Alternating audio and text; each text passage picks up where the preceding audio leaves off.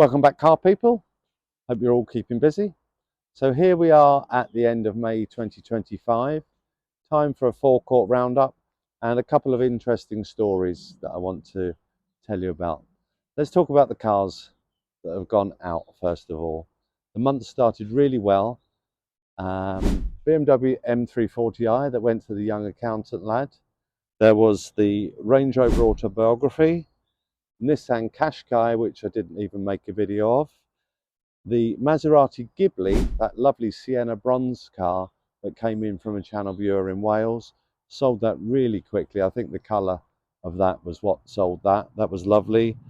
The DB9 that I sold to the great chap from Newquay, Jim, he called me last month, in fact, and asked me if he could reserve the car. He had some money coming in a month's time and asked me, it was his dream car, he wanted it. I was more than happy to keep it for him, and he finally collected that. He had a part exchange of a Jaguar, which not really my cup of tea. It's a little bit scruffy. We'll take you up the back later and show you on, but I'll turn it into a car. Then there was the Merc GTS. Do you remember the AMG GT? I'd had that for a couple of months, and the funny thing about that is that a trader friend of mine called me and said, I've got a customer that wants one.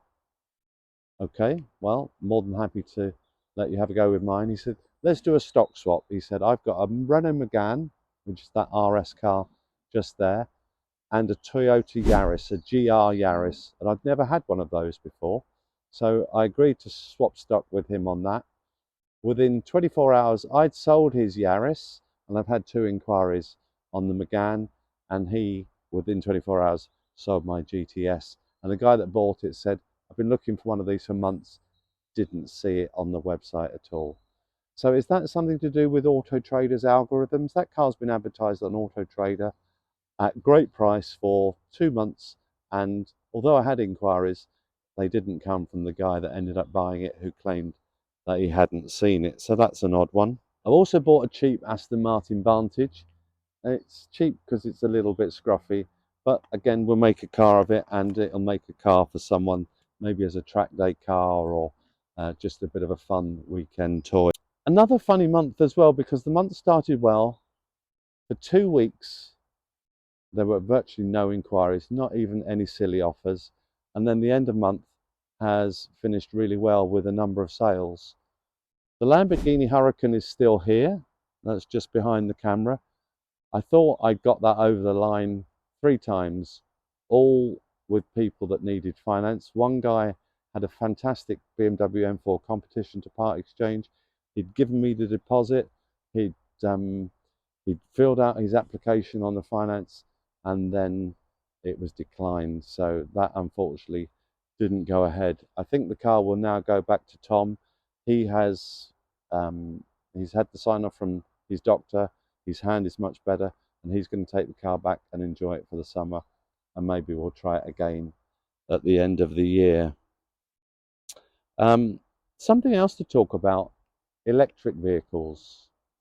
Porsche Taycans have come across my desk. I've been looking at these thinking they're very compelling buy at the moment. Some of them are under £50,000. A car that was £140,000 only perhaps 18 months, 2 years ago. I think they look very good news in the market. We've in fact got a little electric Nissan Leaf up the back there. I'll show you that too. We talk about stock profile in the motor industry, in the car game, and stock profile is that one sells a certain type of car, and cars that don't fit that profile then get perhaps traded on or sold in other means rather than advertised by the dealer that has them. In my case, I sell nice cars, so be it a Fiat or a Ferrari, an Aston Martin or an Alfa, I think I'll have a go at it, because a nice car is a nice car, and there's a market for that. Do you guys think I'm right in doing that? It served me well over the years, but there were a couple of occasions, a couple of comments with regard to this Lamborghini that I'm told that someone said, I wouldn't buy that from him, he's got a Nissan Qashqai on his website. Well, I've sold it once before, and I sold the Lamborghini that I sold before that in order to get this one. So I guess some people think certain things, other people think others. What would you guys suggest? Um, we've got these cars here. The DBS will be getting balloted at the weekend and should be on my website next week. And we'll just take you up the back and show you the two cars up there that may be of interest to someone from watching this video. Right, this is the Jaguar that came in part exchange from Jim. Jim was really thorough with his maintenance of this car. It's got a fabulous history. He's changed the timing belt, done all sorts of things on it. Unfortunately, he managed to scuff the wing, I don't know, against the wall or something. All four wheels need refurbishment as well. This is the thing with prep these days. I used to have guys on hand that would take them in and do them within 24, 48 hours. Everywhere seems so booked up and everything's so expensive to do. So this car is sitting here, it's getting a little bit dirty from under the trees, but that's going into the body shop next week. We'll have the bumper painted, and unfortunately the car isn't ULEZ friendly. That means that there's a charge to drive it into London. So in this area I may not be able to find someone that is interested in buying it. I expect this car to go further away, indeed, as it came from Cornwall to me, where that is irrelevant. So nice car on the face of it. And this is another thing when we talk about stock profiling. Got offered this from a garage that I used to buy a lot of part exchanges from. This is a Nissan Leaf Techna. Now this car is under £6,000 for an electric car. That makes a very compelling proposition.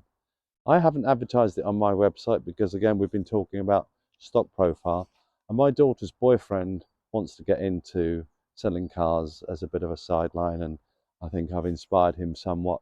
So I said, well, let's buy it and see how you get along with it. So he's bought it, he's done it up, done a bit of a polish, bought some new mats. The car is really lovely. It's the Techna example, so fully loaded, even got heated rear seats. I'm so impressed with the way it drives. It's quite sprightly. Unfortunately, not the greatest range, probably a little under 100 miles. So we brought it back from Oxford. It was just right on the limit of its range, and a little bit of range anxiety crept in. But I think if you want a car just for popping up to the gym or to the shops or to take to the station, this really runs for pennies. I think a very nice car, and it's on Auto Trader as a private sale. But if you're watching this advert, you can come to me and I will put a warranty on the car for you as well. So those are two little bits that are going on up here. I just wanted to have a little chat to you about a couple of other subjects. So here I thought it'd be nice with the rhododendrons in the backdrop there, give you something pretty to look at instead of my ugly grey face. Yeah, I wanted to talk about inquiries. I don't know how many other dealers watch my videos, but I'm sure you find it too. Inquiries come in by email, and sometimes they ask a whole host of questions, and I go sometimes to great lengths constructing replies to these emails to never get a response. Funnily enough, I was contacted. I had the busiest day on Bank Holiday Monday. 4 people came on cars, 2 of which weren't even ready for sale. Well, sorry, 1 of which wasn't ready for sale, the Range Rover SVR, and this couple insisted that it was just what they're looking for and that they wanted to come and look at it. I said, but it's just not ready for sale yet. And you'll come and you'll say, oh, well, look at this scratch or this, no, we'll see past that. What happened? They came. They arrived right in the middle of the Monaco Grand Prix, my favourite afternoon of the year, and spent an hour and a half kicking the tyres, only to walk away and say, no, it's not for us. Now, that happens, but the car wasn't ready for sale. I've digressed, haven't I? What I was talking about is emailing. How many people send inquiries by email these days and then never reply? I even saw on, oh yeah, that's where I was going with this story. So another guy that came to see the Hurricane, he turned up in a different car entirely, a Ford pickup, and having driven the car and said it's exactly what he was looking for, then announced he had a car to part exchange. Hasn't come in the car, tells me that he wants 90 grand for this car, which Auto Trader valued at £68,000.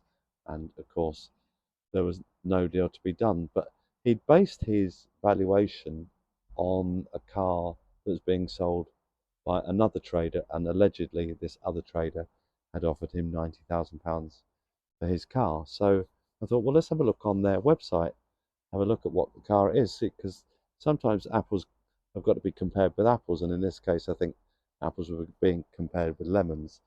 So I had a look at the car on this website, very nice example.